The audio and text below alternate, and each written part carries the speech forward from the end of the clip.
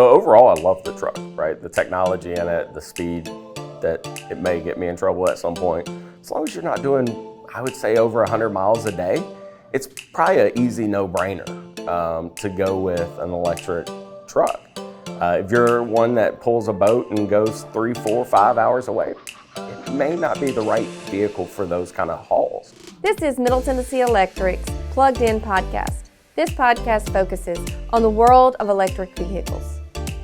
It is for all EV enthusiasts, whether you are an early adopter and have been driving an EV for years, or you're just starting your research, this podcast is for you.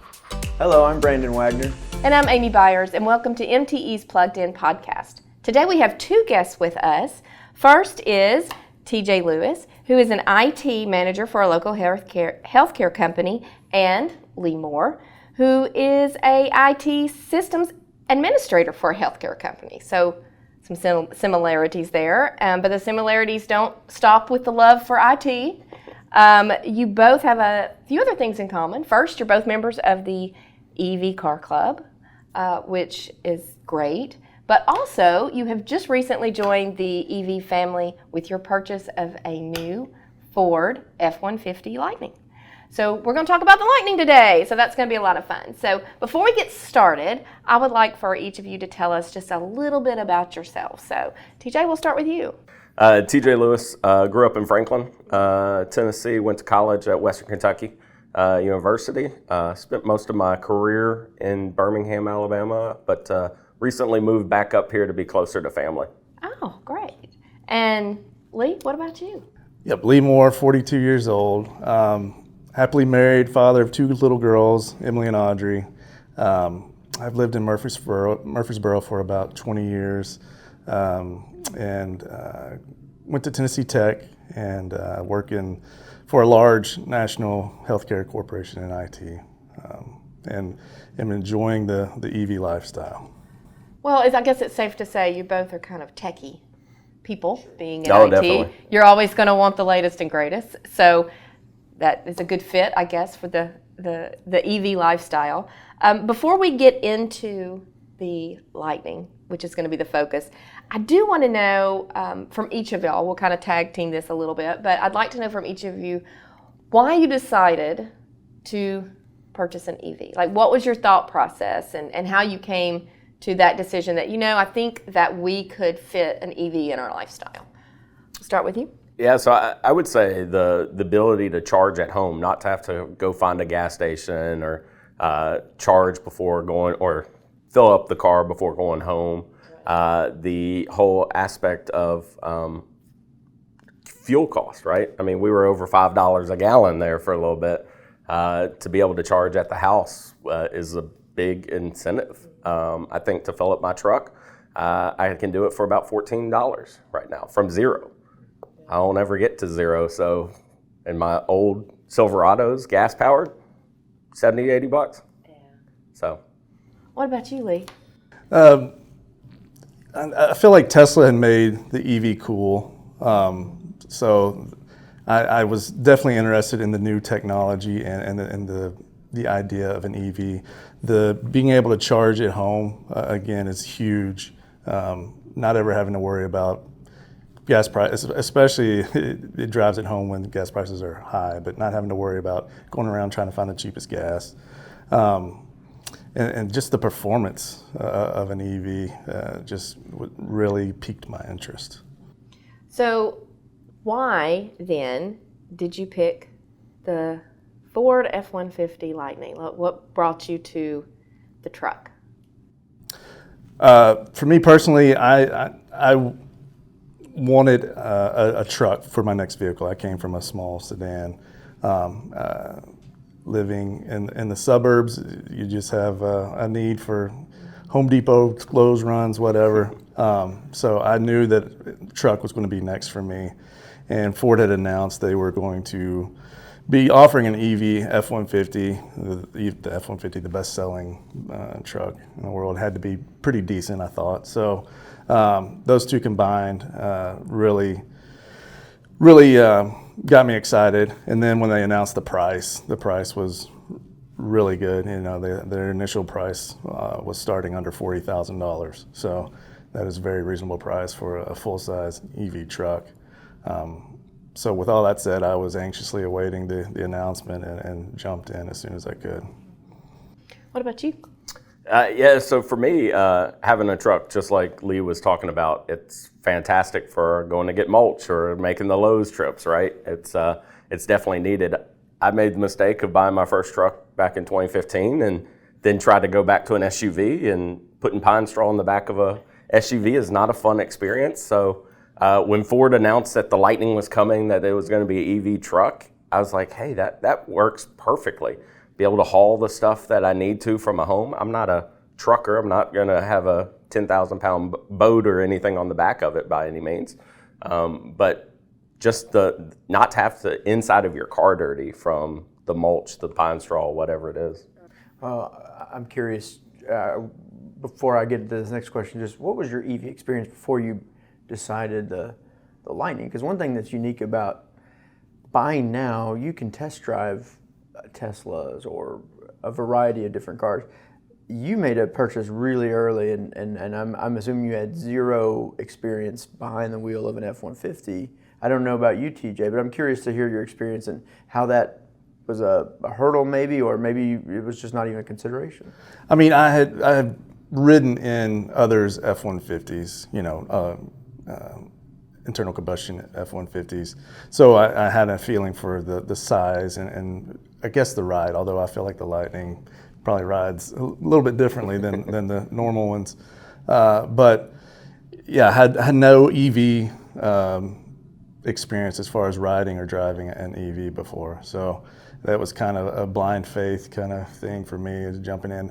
I will say, after I made my initial deposit, which I did get to test drive a dealer's mannequin or floor model that came long before my truck actually showed up. So that hammered home the confidence I had in my decision. So. Okay. Yeah, so for me, friends had EVs for years. I love the concept of it. When Tesla first came out with the S or whatnot, and the speed and just kind of the coolness. I actually didn't drive my first EV until after I made the reservation on the Lightning. And it was a Model Y SUV that one of my buddies had. And at the time I had a Corvette, and I got into the Model Y and it made me giddy. The pure power to the wheels. And at that moment I knew that the Lightning I had reserved was definitely something I wanted. Like, I had to have that. There's just nothing like it. So I'm a little curious about, sort of what I'm hearing is, number one, you were in the market for a truck, and then you felt comfortable with the EV experience. I think you had kind of noticed around town you could make it work. What other selling points led you to the F-150? And part of what I would like you to answer too, as part of that question, is, have you hauled anything yet? Have you towed anything? And what does it do? I'm assuming when you buy a truck, part of what you want to do is be able to tow something. And I'm just curious if you had that opportunity. I don't tow regularly. I don't have a trailer. I don't have a boat or camper or anything like that. Part of the selling point of the F-150 Lightning was its capability to tow. It has all the power and can easily handle that. I have hauled so far a couple water heaters, a new one home and an old one to the junkyard, and then a bathtub for my neighbor. That's about the extent of so far, but spring around the corner, I expect to use it a lot more. So far I've only had the truck for a month, so I haven't had the opportunity to haul much. Not concerned about pulling a trailer. I'm not the type that's going to have a 10,000-pound trailer on the back of it, but go pick up a U-Haul trailer. I'm not going to take it on a long road trip, but I have no concerns with the truck being able to handle it. from the bed perspective, I've thrown a bunch of cardboard and taken it up to the recycling center. Any problems with that cardboard? No, not at all. Just the weird looks I was getting from everybody else of having the truck up in the junkyard. So, Do you guys get spotted out a lot while you're in the wild, you know? I try to, especially when I first got it, I was looking to see if people noticed, and I was kind of disappointed because no, I did not get a lot of looks. Every once in a blue moon, I would see somebody point that recognized what the truck was, but other than that, no. I feel like it blends in. At least my truck blends in pretty well. Yeah, they don't have. I know, like the Teslas. You know, you can spot them, or Right.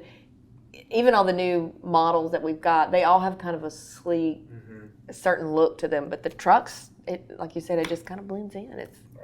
yeah, so I've got a Lariat, and on the front of it, I got the light bar across of it. Okay. So it's a little noticeable. I was actually downtown Nashville last weekend just trying to get to a Nashville SC event. And next thing I know, this whole car looks like a family, a mother, her adult son, and whatnot in the car. And next thing you know, the mother in the back seat rolls down the window and starts videoing my truck. It was like, I don't know if they thought I was somebody special or if they really just knew about the truck and were excited about it. But that was I've seen a couple people point or kind of look confused when I gun it or whatnot and there's no noise to it. I may have a lead foot to an extent. So you're doing a little showboating out there. A little bit, unfortunately. It's just pressing the gas down and having it throw you back in your seat. It's unreal. I will have to say I blew a bag boy's mind at Kroger when we had ordered ahead for groceries and pulled up for the delivery and opened the front for him to put it in. He walked up and he was about 10 feet away from the truck and just stopped. It's like, what is going on? But I have frunk envy because on my Model Y, you have to manually close it, which I'm always afraid I'm going to dent the hood, you know. But the F-150, it's all pneumatic up and down, right? It's all automatic. It's loud and eventful, but yes, it's just a press of a A button. lot of people in the Ford Lightning community are taking the truck apart to remove the horn because it's so loud on the opening and closing because it just screeches at you. And it's like, these SUVs that you can be actually under don't scream at you like these, but this one does. Tell us a little bit about the purchase process. Now, first of all, you said you had yours for a month. How long have you? I got mine September 2nd of last year. Okay, so a little bit longer. So tell us, we'll start with you, TJ. I know you both have to order it and then you have to wait. So tell us about how you went about ordering it, the wait time, and then once it was delivered, that process, how that worked. So the truck was released back in May of 2021. I reserved it the morning after the announcement. $100 deposit to get your name on the waiting list. I've had to change dealerships a couple times during the process just because of moving from Alabama, finding out one of the dealerships locally was charging $10,000 over MSRP for the vehicle, and found a Bates Ford out in Lebanon that sold it at MSRP, which is what a lot of folks are looking for in these Lightnings, right? You're not going to get the old school days of dropping the price of these vehicles. Right. So ordered in or reserved in May, got the opportunity to place my order in October of 2022. From there, went online. So you order it and get on the list. Correct. And then when it gets a little closer, they're going to say, okay, what do you want on here? Correct. You reserve. And get on the list, and then you're invited to order. And then, okay, so go ahead. So was invited to order in October of 2022. Pretty much ran back to the computer to place my order to get what I wanted. At that point, there was a couple things sold out. Like you couldn't get the base model of the Pro, you couldn't get the XLT. So it was either the Lariat or the Platinum. I went with the Lariat, placed my order. The dealership accepted it a day or two later. Went into production in the first week of December.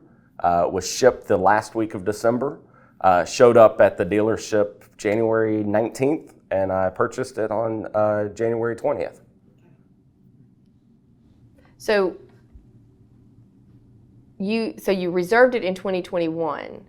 Yep. Then you didn't get to Pick out all pick out your stuff till trims. 2022. Yeah, October of 2022. October of 2022. Okay. What about you, Lee? What's your story? I mean, same process. I actually reserved on May 19th, which was the announcement date. At that time, they didn't have pricing and all the options and everything available, so you just had a rough idea that you wanted the truck. So the $100 reservation deposit was made. Later on, throughout that time, they gave more specifics as far as details of trim level and pricing and everything. I thought I was going to get the Lariat. These trucks aren't inexpensive by any means, but when I got lucky enough, like I said, May 19th was my reservation date. I was invited to order on January 6th of 2022. I spent one day changing my dealer. Funny enough, again, another similarity to Bates, because I had originally ordered it at a local dealership, and they were automatically charging $2,500 additional dealer markup. So I ordered on January 7th, and then my build week was July 11th, and I finally ended up purchasing or receiving the vehicle September 2nd. I did the math. It was like roughly 230 something days between making my reservation and getting to order, and then another 230 days between ordering and actually receiving it. But as far as I know, the lead times and everything were a lot longer at the very beginning of production. I think those have shrunk tremendously as time goes on, especially as the plant ramps up production. So people are getting their vehicles quicker. I want to talk next about some of the unique features that the Lightning has. I got on, in preparation for this interview, I kind of got on the website and was looking at it, and it showed, well, if you're going to go tailgating, you can bring your truck and you can plug in all your stuff for your tailgate. And then, of course, we've heard about, if you can power your house if the power goes out and that kind of stuff. So, obviously, with Middle Tennessee Electric, we have very good reliability. So hopefully you will not have to use it to power your house. But ice storms happen, so you never know. But anyway, did either of you get these features on your trucks? And if you did, why? And if you didn't, why not? Yeah, so unique features in the vehicle. I think the 15-inch screen in the front that controls your comfort, your radio, you can stream on it, YouTube, things of that nature, is kind of a cool feature. Needless to say, it doesn't work while you're driving down the road. My favorite feature is Blue Cruise. So it's like hands-free cruise control. It's not going to shift between lanes or anything, but it does make the commute on I-24 a lot better. You put cruise control on, it tells you it's got it, and at that point, it will monitor the distance in front of you. It will slow down to a stop and then start back up. So within bumper-to-bumper traffic, it's a little nerve-wracking at first, but you can let the truck drive itself. And the Blue Cruise is only on highways right now. So 840, 65, 2440, all can do it. What about the onboard power? Have you had it? Did you get that on yours? I did. Or no? Or? Yeah, so I've got the extended battery in the Lariat. It does have the Pro Power on it. It does have the ability to hook into your house to power it. The thing that you don't find out up front about it is it's about $10,000 to add the transfer switch and everything that you need, plus the installation, to be able to power your house. The equipment you need on your house. Correct. Right. Yeah, and so they partner with a vendor called Sunrun, and they come out and do the installation, but the quotes are around 10 grand. Depending on if they don't have to run a lot of wire. Right. So I'm curious now. The charger you got has the ability, if you paid the extra to do it, right? So the charger, I got the Pro charger with the extended battery, and so you do have the option to tie that into the home integrator kit, I think they call it, to be able to charge the house. On the extended range battery, they say you can go for 3 days. The nice thing is I've got plugs in the front and I've got plugs in the back. And so when my neighbor Don and I were installing a 50 amp charging outlet for my truck, because I tried the 110, wasn't going to work for me, right? We plugged in my saltwater aquarium. We had a TV, Apple TV, and I think it took us a little longer than we may want to admit, but it used less than 1% of the battery to run all that, plus the internet for the house to be able to watch the games. So I have the Pro, which has the standard range battery, the smaller available battery size, and it does not offer the ability to have bidirectional charging with the Ford Pro charger. And so one thing I keep hearing is that these Pro chargers are 80 amp rated. they are. But you don't have to put 80 amp service in there. Is that You correct? don't. So there are 7 different settings on the Pro charger. It's all behind the cover, so it's not like you flip a switch on the outside or you're worried about that. But you can do up to 80 amps, or there's incrementals that you can go down. My house was built in 2021. It's got 200 amp service to the house, 100 amp to the garage panel, which powers most of the house outlets, except for like the range. I've had several electricians come out to try to quote what it would take to install it. And every one of them is concerned about trying to put 80 amps on it. They think we can get away with putting 50 amps, 60 at the most. But when you're talking about all electric utility or appliances, 100 amps doesn't go a long way with water heaters and different things. So I charge at night on the Pro charger. I've been able to set a time. So my time is 11 to 6 a.m., 11 p.m. to 6 a.m. That way I'm not taking showers in the middle of the night, right? So I can maximize the charging efficiency. Does it finish within that time frame 90% of the time, or? So I can get about 25 to 30% of a charge in that 7-hour period. Okay. And Lee, what size are you serving your Grizzly charger? I installed a 50 amp circuit, dedicated circuit for it. It's a 40 amp charger. As little as I drive, I may charge twice a week and charge overnight. I have the same kind of time of use input in my truck. I think it's 10 p.m. to 6 a.m., just assuming that nothing else will be running then. And it gets me by just fine. Yeah. I heard there was going to be a 240 outlet in the truck bed. Is that true? It's a 30 amp 240. You ever use that? I mean, I haven't yet. I could pull my Tesla up next to you and just charge off your truck, right? Yep. So that's insane. I know we're getting to the end. I just want to ask, you all are early adopters. And the thing that's great about this podcast is there are people that are going to listen to this or watch this that are thinking about it. And they can get some value off of your experience. So what is something you wish you would have known, or that if someone approached you and said, I'm thinking about this, that you would tell them, good or bad, if they're thinking about making this decision to go with the F-150 Lightning?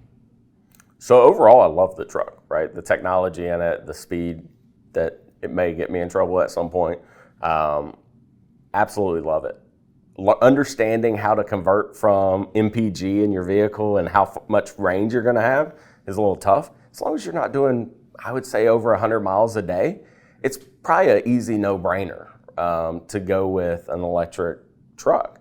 If you're one that pulls a boat and goes 3, 4, 5 hours away, it may not be the right vehicle for those kind of hauls, pulling at charging stations all the time.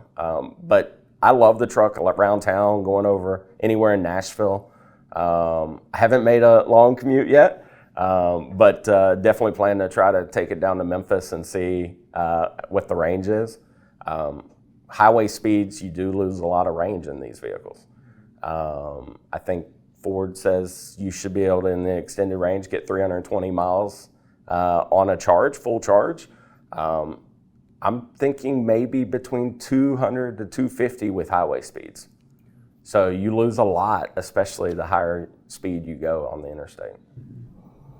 Yeah, and to add into that, I think not having any EV experience prior, my first EV I'm loving. All the technology, not having a new vehicle for a while, everything that they're putting in new vehicles now, surround view cameras, the speed and acceleration, obviously. One big caveat that I would warn, in addition to the highway speed range degradation, would be winter.